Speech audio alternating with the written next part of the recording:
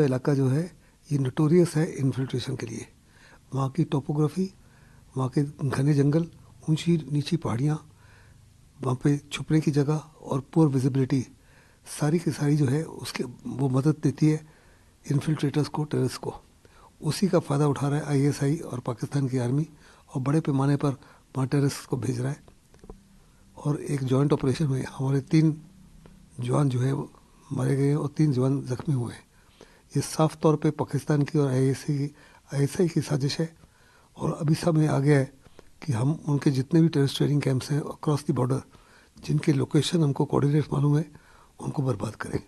पाकिस्तान को साफ तौर पे मैसेज देना चाहिए, बिल्कुल पुलवामा के बाद में या उरी के बाद में, कि हिंदुस्तान की ज़ीरो टॉलरेंस पॉलिसी है और हम इसको बर्दाश्त नहीं करेंगे।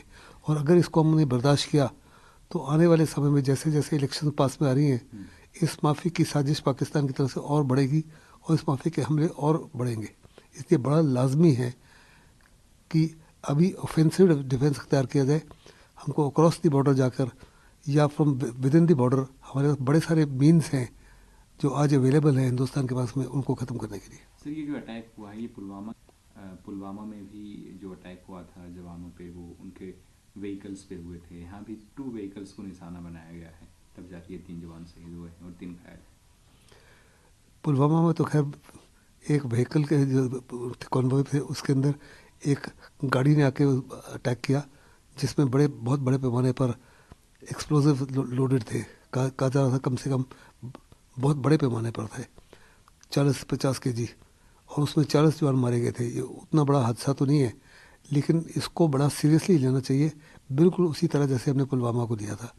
और पाकिस्तान को सबक सिखाने की आवश्यकता हो गई है, क्योंकि अगर आप देखो पिछले कम से कम 6-8 हफ्तों में रजौरी पुंछ के इलाके में ये तीसरा या चौथा इंसिडेंट है, उससे भी ज़्यादा है, और पाकिस्तान बाज नहीं आ रहा, पाकिस्तान की आईएसआई बात नहीं आ रही। इसलिए बड़ा लाजमी है कि उनको बताया जाए कि हिंदुस्तान की फ़ौज और हिंदुस्तान की लीडरशिप जो है इसको किसी प्रकार से बर्दाश्त नहीं करेगी।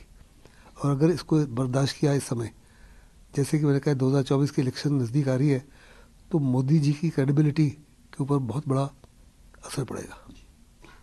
Quoting sir, earlier sir, army were doing joint operation in Rajouri, Thana Mandi area. Rajouri Punch area has become very notorious for infiltration because of the topography of the area, defense forest, poor visibility, thick, undulating terrain, which gives all the advantages to the Pakistan. The terrorists are being supported and fully abetted by the Pakistani army and the ISI, including giving them covering fire. In the last couple of weeks, this is 5th or the 6th incident that has taken place in the same area. Pakistan must be given very severe punishment akin to what happened after the Uri attack, where we carried out a surgical strike, and after the Pulwama strike. The government's policy is zero tolerance. They have lots of terrorist training camps across the border, and the government has adopted a zero tolerance policy. We've been telling Pakistan that if they do anything like this, we will get into their country and eliminate them. It is time that we do that. If we don't do that, the image of the government is going to take a beating, particularly before the 2024 elections.